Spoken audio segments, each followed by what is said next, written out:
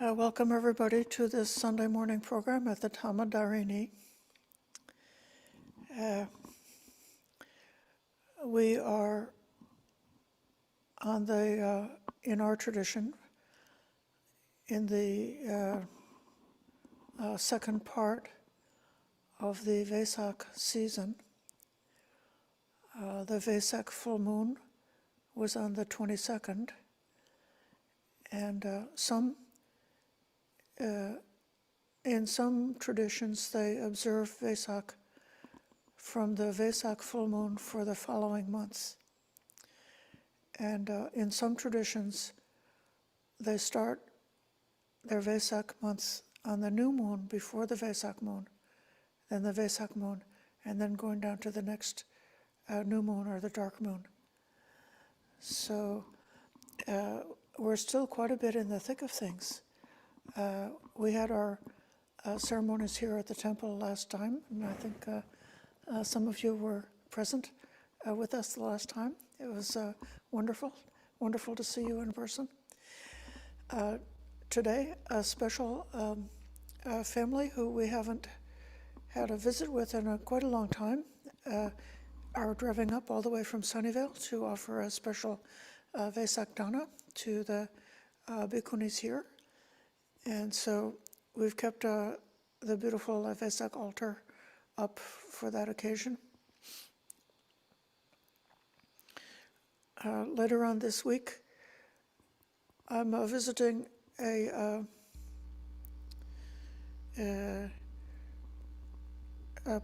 elementary school, and we'll be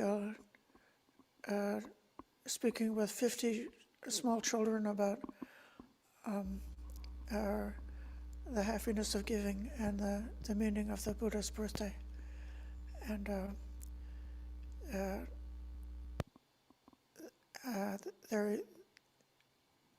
the idea of blessings.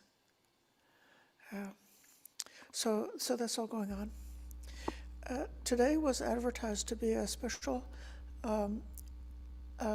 opportunity for anybody who is a new Buddhist to formally observe the 5 precepts for their first time.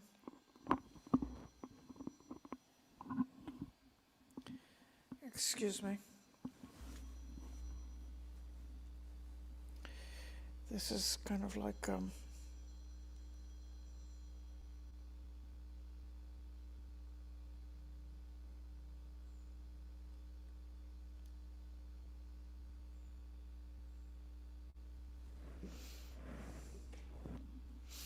okay.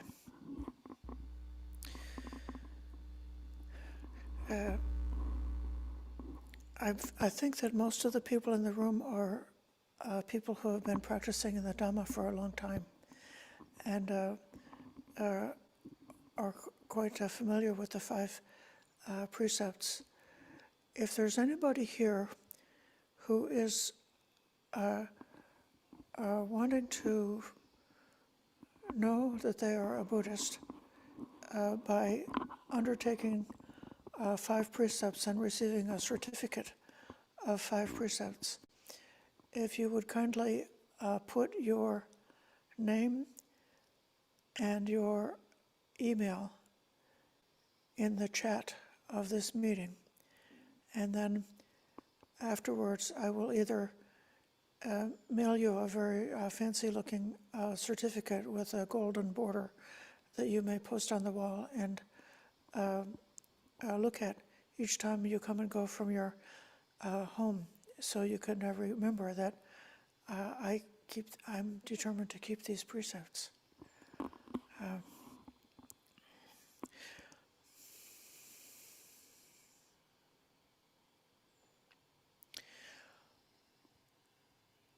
The 5 precepts are described by the Buddha as being an aspect of the practice of somebody who is striving for stream entry, or somebody who has reached stream entry and has already gotten their foothold on the path to liberation. Somebody who would then have this confidence that they won't be lost for aeons and aeons, but rather that they're on the way to the full realization of freedom. So it's actually a powerful and a beautiful practice. The other something that's a quality of somebody who has stream entry is that they have the confidence in the Buddha, Dhamma, and Sangha.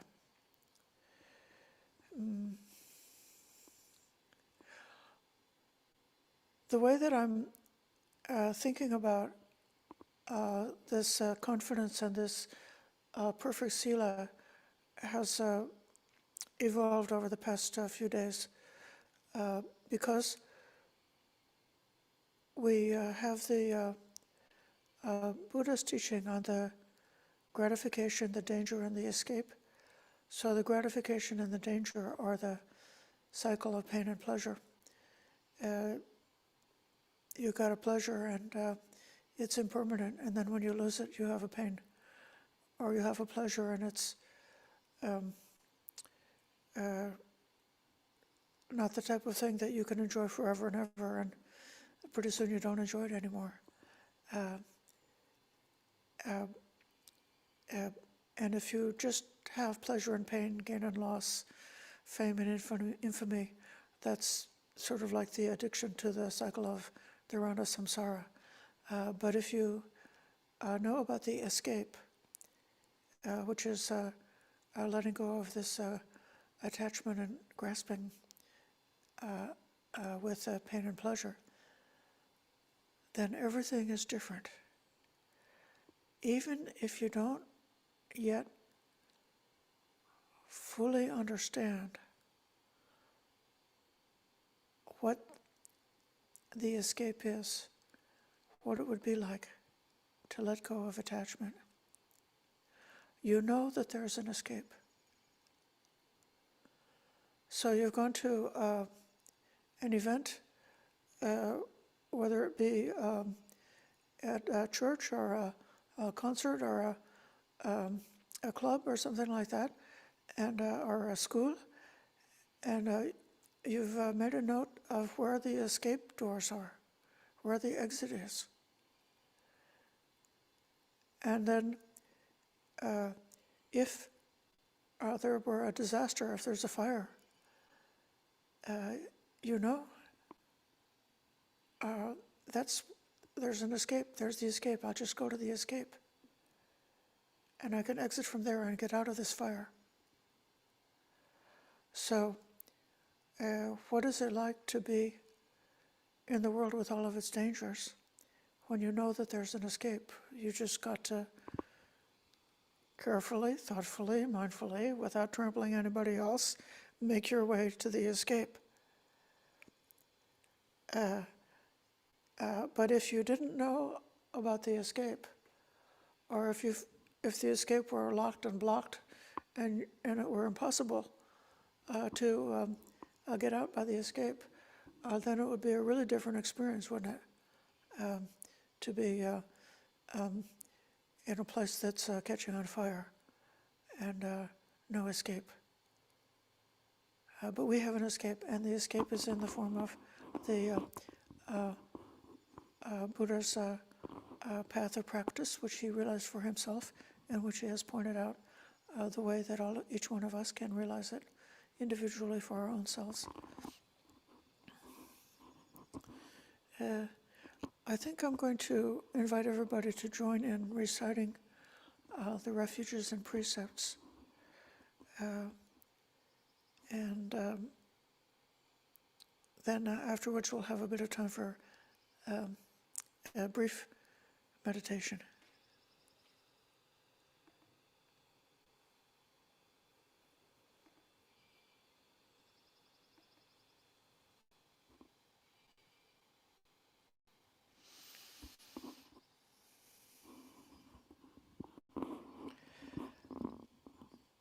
I welcome all of you to put the hands together in Anjali and to bow 3 times towards the image of the Buddha in your own space, or the one that you can see on the little screen.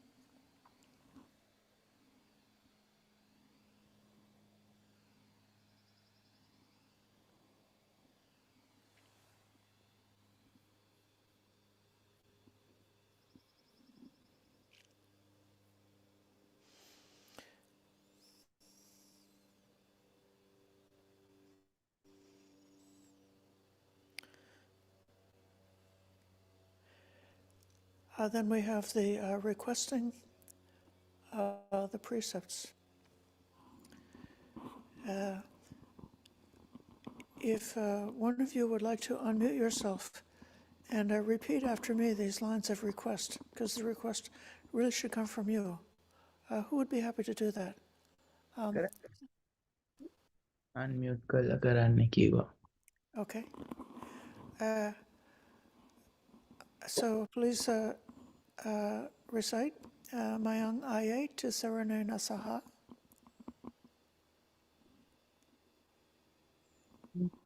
Kila make it dollar.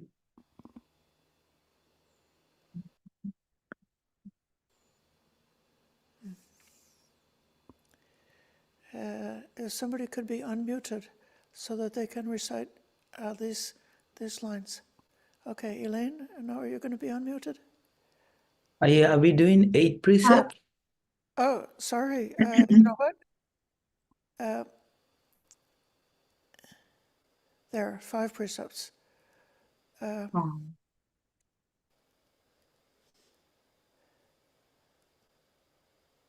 Okay, so it's going to be Pancha Silani. So I'm going to give you the 5 precepts. So reciting Mayang Ayya Tisaranena Saha. Mayam Aye Tisarena Saha Pancha Silani Yachama. Pancha Silama Yahama. That means 5. Dutiyampi Mayang Ayya Dudiyampe Mayam Aye Tisaranena Saha. Tisarena Saha Pancha Silani Yachama. Pancha Silama Yahama. Tatiyampi Mayang Ayya Kadiyampe Mayam Aye Tisaranena Saha. Tisarena Saha Pancha Silani Yachama. Pancha Silama Yahama. So you just requested on behalf of everybody the 3 refuges and the 5 precepts. Now, we can, I think, be muted so that we can all recite together. And I ask those in the room to recite loudly so that we can let them hear more than one voice. Namo tassa bhagavato arahato samma sambuddhassa. Namo tassa bhagavato arahato samma sambuddhassa.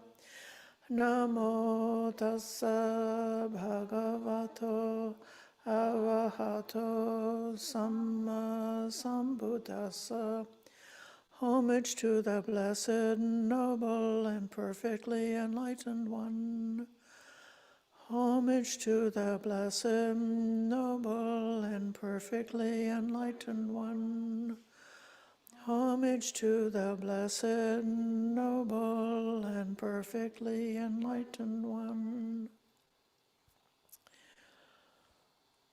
Reciting all together. Buddhang saranang gacchami. Dhammang saranang gacchami. Sanghang saranang gacchami. To the Buddha I go for refuge. To the Dhamma I go for refuge. To the Sangha I go for refuge. Dutiyampi Buddhang Saranam Gacchami. Dutiyampi Dhammang Saranam Gacchami. Dutiyampi Sangham Saranam Gacchami. For the second time to the Buddha I go for refuge. For the second time to the Dhamma I go for refuge. For the second time to the Sangha I go for refuge. Tatiyampi Buddhang Saranam Gacchami. Tatiyampi Dhammang Saranam Gacchami. Tatiyampi Sangham Saranam Gacchami. For the third time to the Buddha I go for refuge. For the third time to the Sangha I go for refuge. For the third time to the Sangha I go for refuge. Tisaranagamana Nitiktam, this completes the going for the 3 refuges. Say yes, Venerable. Now the 5 precepts. Panatipata Viramani Sikkapadang Samadhiyami. I undertake the precept to refrain from taking the life of any living creature. Adinnadana Viramani Sikkapadang Samadhiyami. I undertake the precept to refrain from taking that which is not given. Kame sumikchakchara Viramani Sikkapadang Samadhiyami. I undertake the precept to refrain from sexual misconduct. Musavada Viramani Sikkapadang Samadhiyami. I undertake the precept to refrain from lying. Sura Meraya Majapamadatana Viramani Sikkapadang Samadhiyami. I undertake the precept to refrain from consuming intoxicating drink and drugs which lead to carelessness. Silena sugatim yanti, silena bhogasampada, silena nimbutim yanti, tasma silang visodhaye. These are the 5 precepts.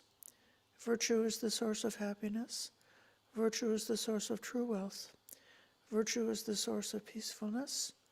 Therefore, let virtue be purified. And altogether, sadhu, Sadhu, sadhu, sadhu.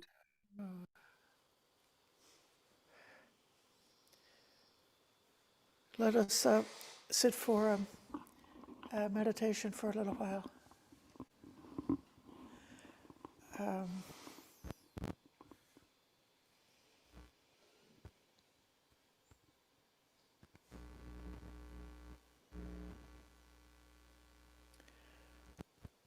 To whatever extent we have realized these teachings, this is our island, our safe space. To whatever extent we've realized this, no harm will come to us.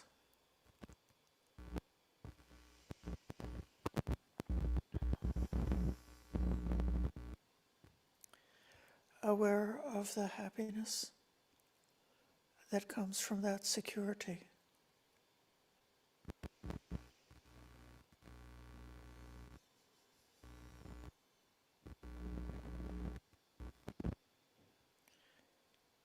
And then coming to an upright and balanced posture.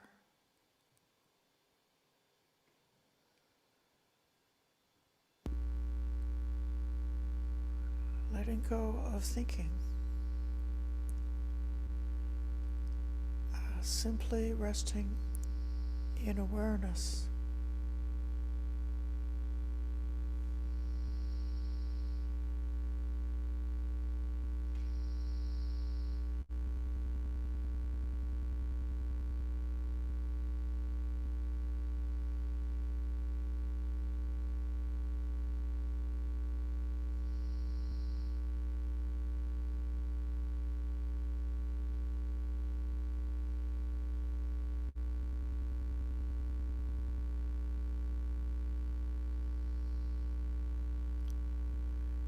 Letting the breath be like this safe place for meditation.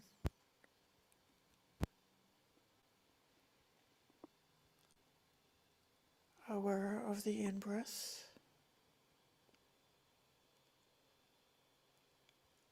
aware of the out-breath. Nothing to do except awareness of the breath.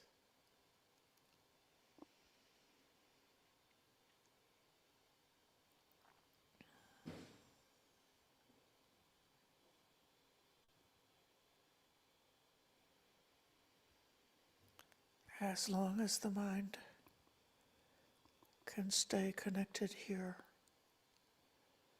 in awareness of the breath, we will not get caught up in afflictions or anything unskillful or harmful. The simple mindfulness, simple awareness of breath is harmless, like taking a vacation from any kind of like or dislike, greed or aversion, just resting with the breath.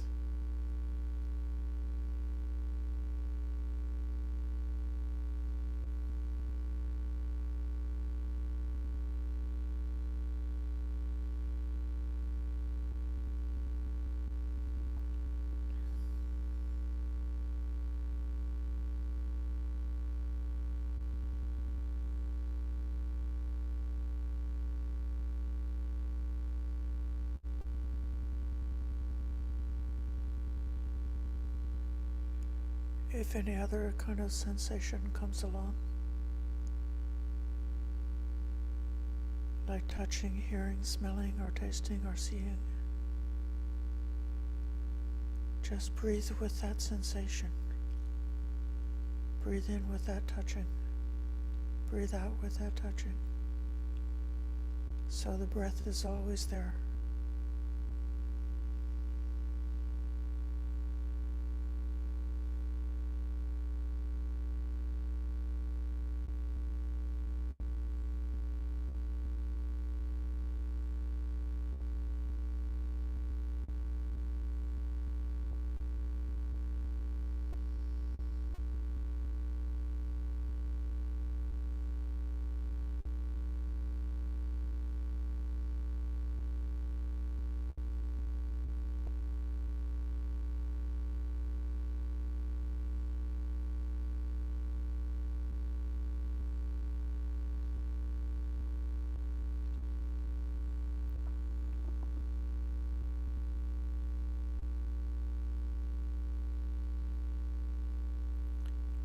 Any kind of thought that comes along,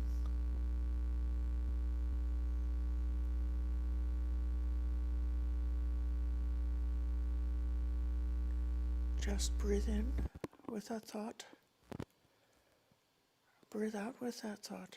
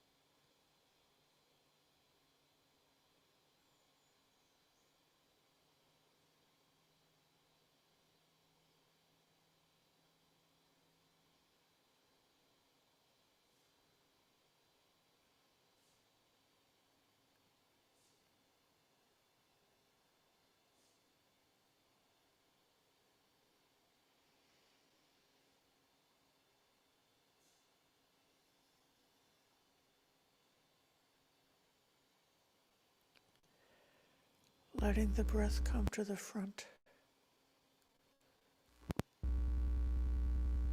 The main first thing you notice.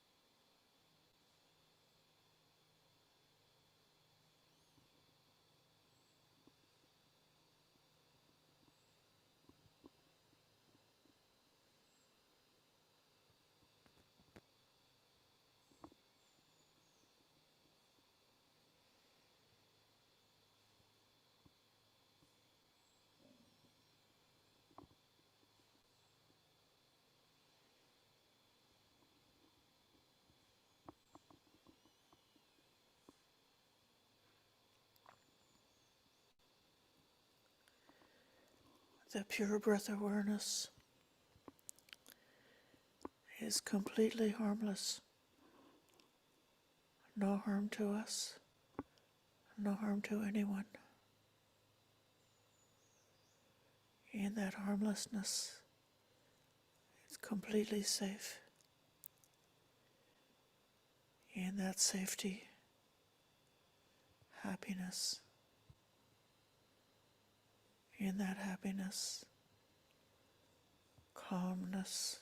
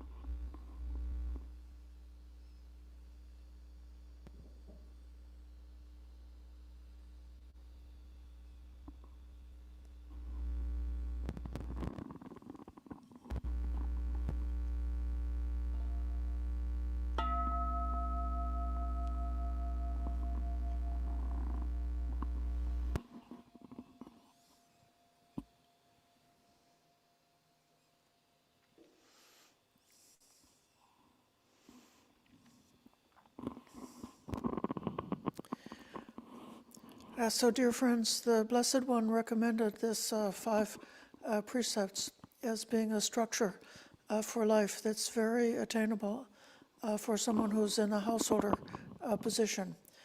So if you have children who are depending on you, if you have other relatives and family that you have to take care of, if you have employees and staff that you have to look out for, if you need to be accumulating wealth in order to provide for the care of those who are depending on you and for yourself, and all kinds of other commitments and involvements that a person can have in life are all perfectly compatible with these 5 precepts. It should never be necessary to make a compromise with these 5 precepts in order to get along with the things that we've undertaken in life.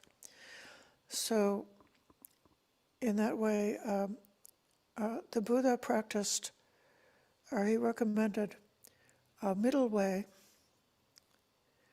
meaning not being too wound up in extreme practices to the extent that could be harmful, and also not being too slack or lazy or luxurious.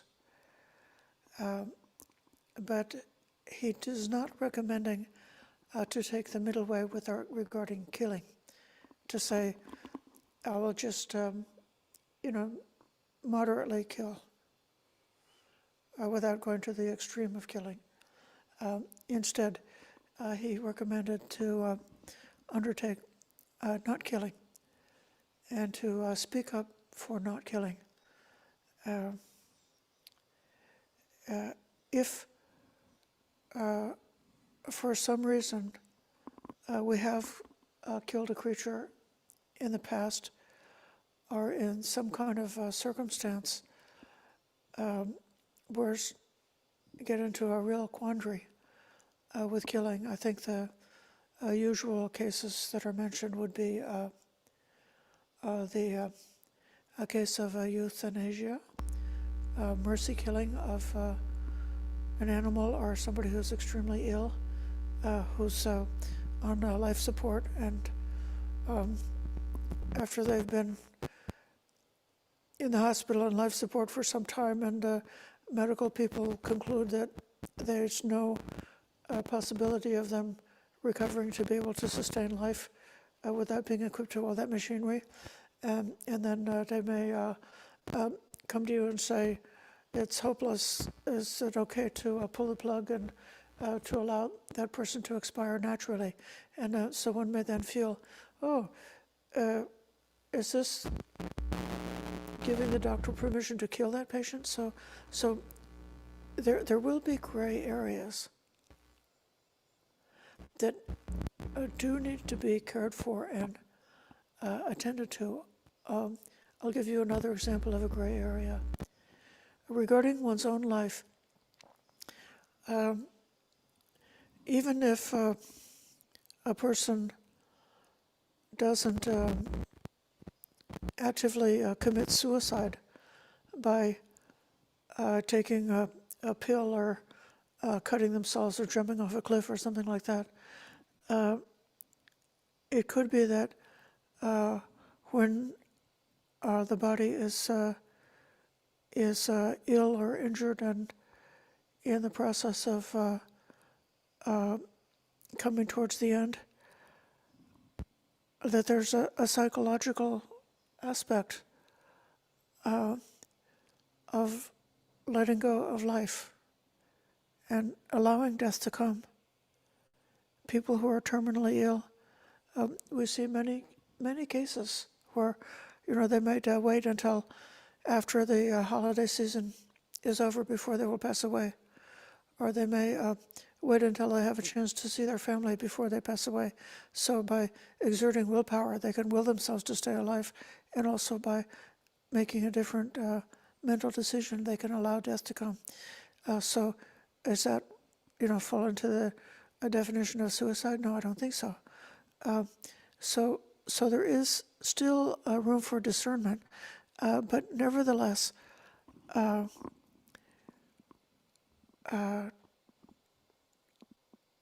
not to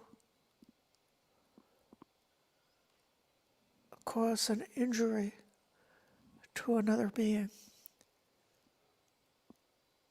or to oneself.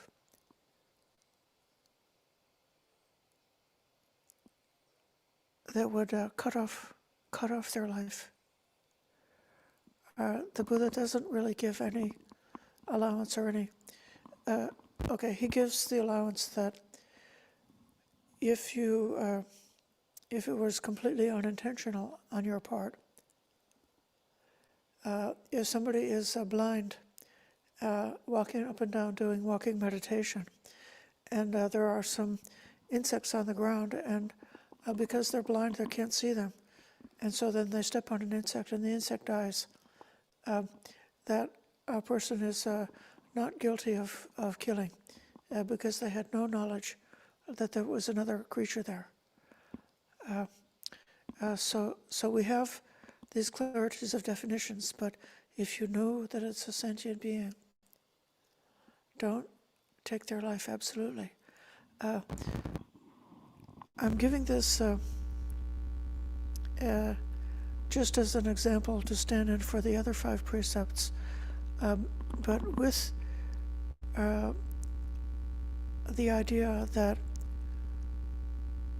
one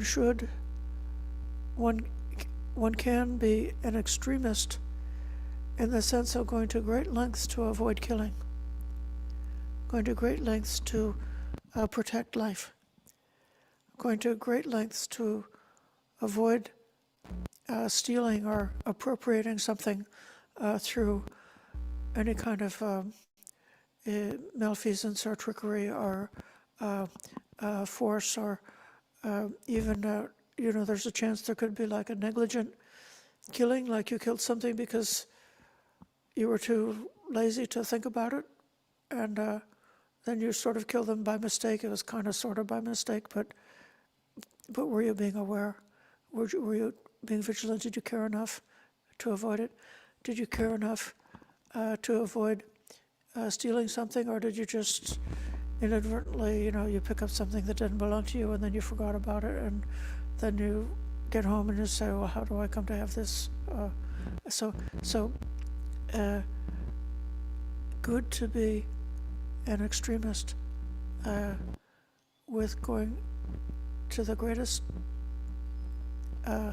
heedfulness and clear intention, continuous mindfulness as you can to avoid coming into a fault with those 5 precepts. But then, if you do come into a fault with any of the 5 precepts, not to fall into remorse about it, but just to acknowledge the fault and make the determination to not repeat the same kind of fault. So you got to avoid breaking the habit. For myself, before I was a Buddhist, I was brought up as a Catholic, and I can remember very clearly that I did a lot of unskillful things when I was, especially as a teenager. I did many unskillful things, and there was a point in my life that I realized that I had this belief that God wanted to punish me, and I could escape from God's punishment by doing penance and punishing myself first. So then I would have some kind of like agency about it. And so then there was a period of my early wayward young life in which I was harming myself as a way, like punishing myself for things that I felt had been unskillful. This is completely opposite of what the Buddhist training is. The Buddhist training is, we know that all of us, whether earlier within this continuum of this life or in previous lifetimes, we have had faults with these 5 precepts. But the main thing is in the present moment, making that determination to be clear, to be mindful, and to undertake to avoid those harmful and unskillful behaviors. The Buddha also very much recommended that from time to time one may take on additional precepts known as the 8 precepts, in which one undertakes reducing the opportunities for sensual pleasures by being a celibate for a period of time, by avoiding fasting in the afternoon and the evening, and avoiding using high-end luxurious seats and chairs. And so having those periods of time in a more like a simplified, pure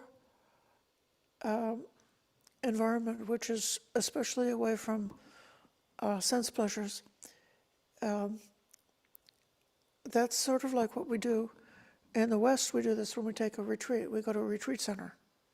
And while we're at the retreat center, we would be observing those extra precepts and not having dancing, music, singing, and shows, not having perfumes and entertainment, and so on. And in those occasions, it's an opportunity to for the mind to reveal itself and to have much greater opportunities to explore our inner psychology and to let go of at a more profound level of some of the habits of the mind that are unskillful and unbeneficial. So in the Buddhist tradition, this was done on the moon days, on the full moon day, on the dark moon day, and on the quarter moon day, which was the 8th day after the full moon, and also sometimes for longer periods like that, like than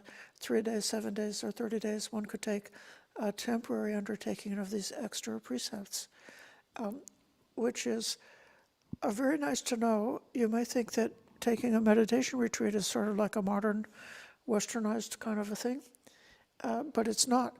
The sutta we're going to talk about this afternoon is one of the earliest suttas in the Pali Canon. It's part of the Sutta Nipata, which is the oldest book, one of the oldest books in the entire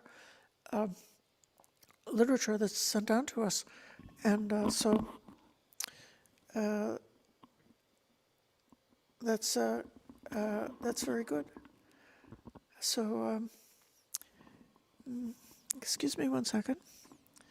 Venerable Vandana, would you switch that plug to turn the switch to cause the plug to be turned on? Yes. Yes, okay, thank you. Now, I would invite, if anybody has a question about the precepts to keep as a layperson, or if anybody would simply like to offer a Vesak blessing or a Vesak wish for us and for all of us who are here in this space sharing this meditation program. And I'm switching the view. Okay, Ren. Thank you, Ayya. So I was thinking through what you said about the first precept, which not killing. Yeah. And I'm thinking about my understanding, which could be wrong and incomplete, but my understanding of what the Buddha's teaching is that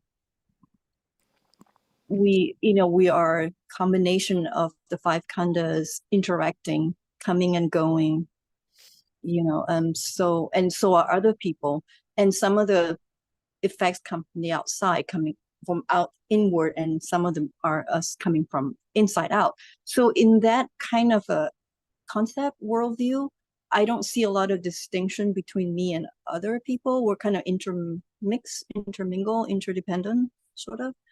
So there's no really like one person specifically that needs to be protected, as in my life, I need to protect my life.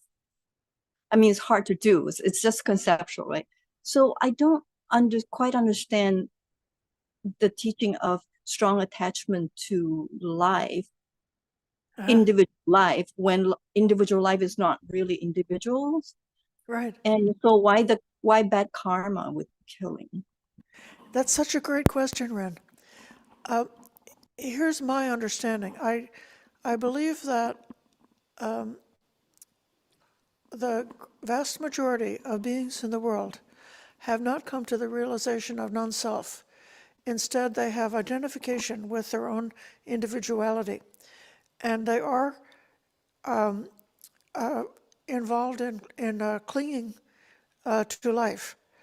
So then, when they face death, or if they face a danger, that could cause fear, anger, distress, craving, all kinds of afflictive, negative, unwholesome emotions and ideas could come up for a person who is being like physically hurt with the life of this particular body.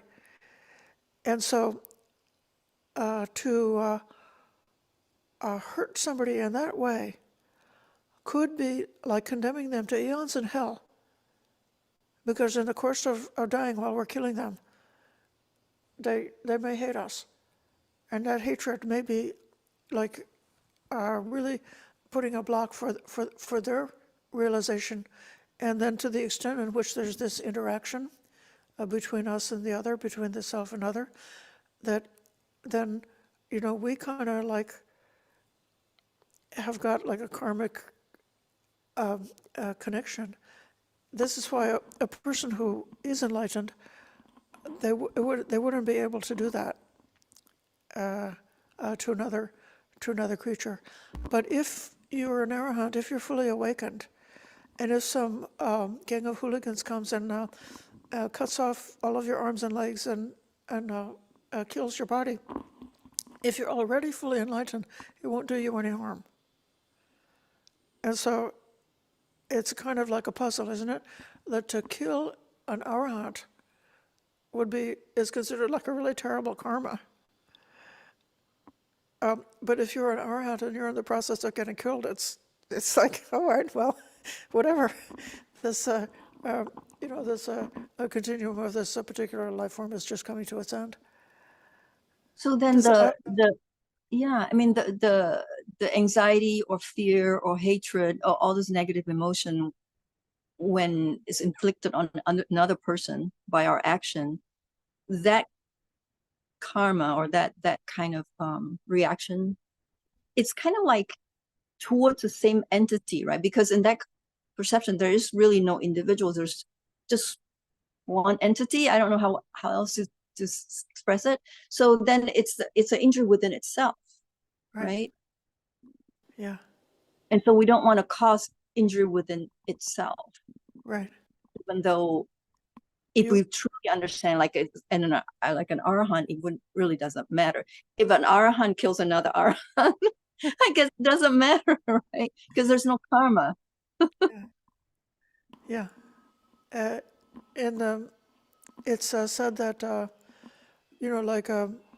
many of the ancient arahants left when they chose to leave after the Buddha's life was over, or even the Buddha's stepmother, Mahapajapati, chose when was the time for her to go. And then Venerable Ananda was sort of saying, oh, please don't go, please don't go. And Mahapajapati said, Ananda, I'm 120 years old. It's time for me to go.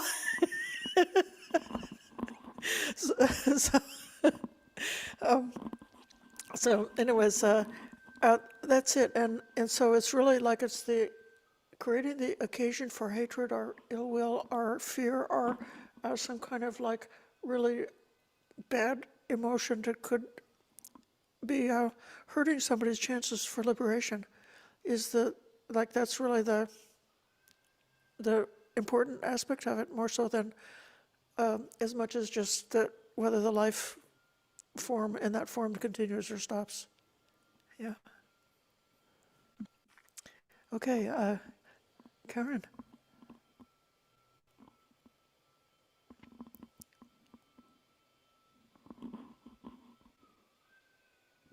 I think you're muted.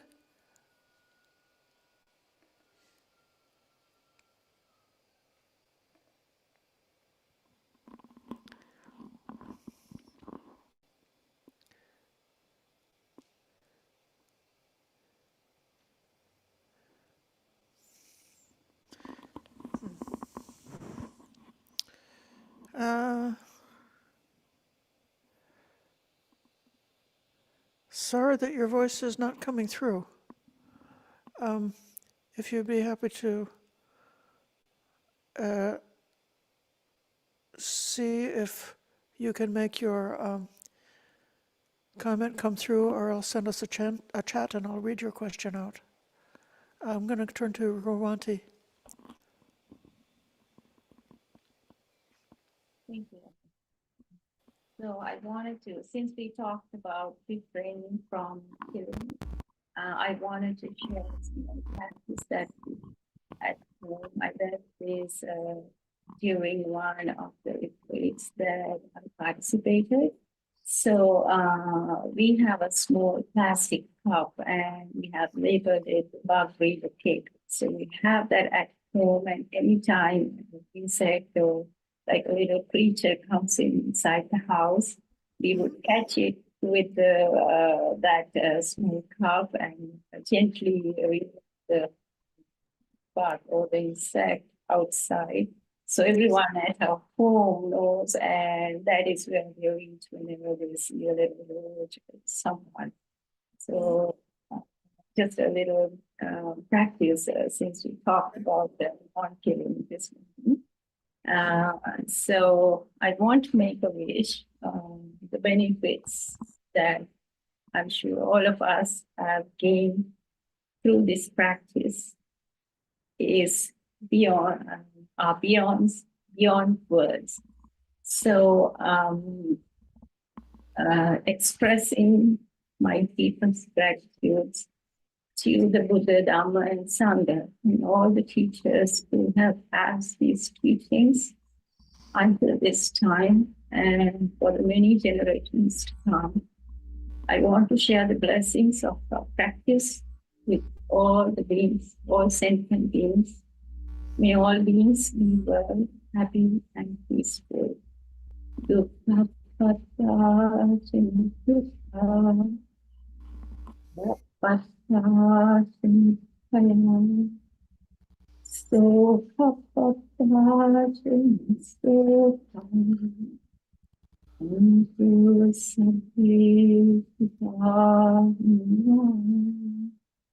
May the suffering be free from suffering. May the fear-struck be free from fear. May the grieving be free from grief. So too may all beings be. Sadhu. Sadhu, sadhu, sadhu. Thank you for your blessing. Karen, would you like to try one more time and see if your voice will come out now? No? Not coming. Huh. Well, we will close this beautiful program. I wish everybody will also, if you have any fear, be free from fear. If you have any suffering, be free from suffering.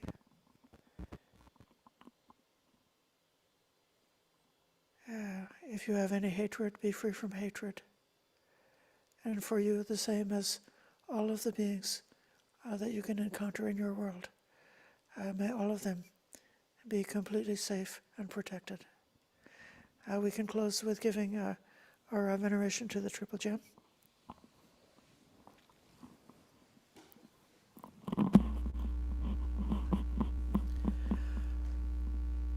The Lord, the perfectly enlightened and blessed one, I render homage to the Buddha, the Blessed One. The teachings so completely explained by him, I bow to the Dhamma.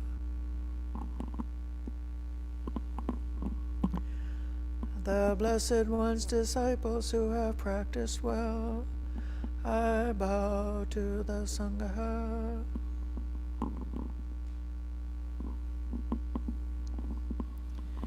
Okay, thank you everyone for your practice and your good participation.